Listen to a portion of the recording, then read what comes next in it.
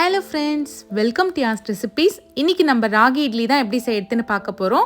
இந்த ராகி இட்லி நம்ம வெள்ளை இட்லியை விட ரொம்பவே ஹெல்தி, டேஸ்ட்டும் ரொம்ப ரொம்ப சூப்பராக இருக்கும். இதை நார்மலாக சட்னி சாம்பாரோட சர்வ் பண்ணுங்கள், டேஸ்ட் அல்டிமேட்டாக இருக்கும். வாங்க எப்படி செய்யறதுன்னு பார்க்கலாம்.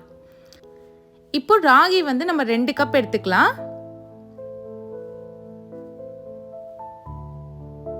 இதோடவே இட்லி அரிசி 1 கப் எடுத்துக்கோங்க. 2 கப் ராகிக்கு 1 கப் இட்லி அரிசி கரெக்டான மெஷர்மெண்ட். இப்போ 1/2 கப் உளுந்து எடுத்துக்கலாம். கருப்பு உளுந்து இல்லைன்னா வெள்ளை உளுந்து ரெண்டுமே எது வேணா எடுத்துக்கோங்க. 1 ஸ்பூன் வெந்தயம் சேர்த்துக்கோங்க. இப்போ இதை நல்லா ஒரு 5லேருந்து 6 வாட்டி நல்லா கழுவிக்கோங்க, தூசி எதுவும் இல்லாமல். பாருங்கள், தண்ணி இந்த மாதிரி நல்லா பளிச்சுன்னு இருக்க அளவுக்கு கழுவிக்கோங்க. இப்போது இது ஒரு 5 மணி நேரம் நல்லா ஊறட்டும். ஊறினதுக்கப்புறம் நம்ம மிக்ஸி ஜாரில் போட்டு அரைச்சிக்கலாம்.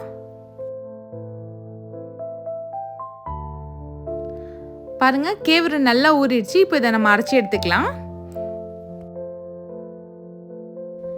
இதை நீங்கள் கிரைண்டர்லேயும் போட்டு அரைச்சிக்கோங்க. நான் குவான்டிட்டி கம்மியாக செய்யறதுனால நான் மிக்சிலே அரைச்சிக்கிறேன். மிக்சியில் அரைச்சாலுமே சாஃப்டாக பஞ்சு மாதிரி இட்லி கிடைக்கும் நமக்கு. இப்போ அரைச்சாச்சு, இதை ஒரு பாத்திரத்தில் மாற்றிக்கலாம்.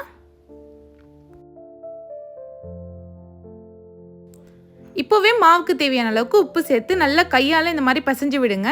அப்போ தான் இது சீக்கிரமாக ஃபர்மெண்ட் ஆகும். பாருங்கள், நல்லா மாவு இந்த கன்சிஸ்டன்சியில் இருக்கணும். ரொம்ப திக்காகவும் இருக்கக்கூடாது, ரொம்ப தண்ணியாகவும் இருக்கக்கூடாது. இப்போ இது நல்லா ஒரு வாட்டி கலந்து விட்டு மூடி வச்சுருங்க. இது ஓவர் நைட் இருக்கட்டும், இல்லைனா 8 மணி நேரம் புளிக்க வச்சுக்கோங்க. இப்போ பார்த்தீங்கன்னா மாவு நல்லா புளிச்சிடுச்சு. இதில் நம்ம எக்ஸ்ட்ராவாக எந்த தண்ணியும் ஊற்றவே வேண்டாம், ஏன்னா இது கரெக்டான கன்சிஸ்டன்சியில் இருக்குது. பாருங்கள், இப்போ அழகாக இதில் இட்லி ஊற்றிக்கலாம். ஒவ்வொரு குழியாக இட்லி ஃபில் பண்ணி விட்டுக்கலாம்.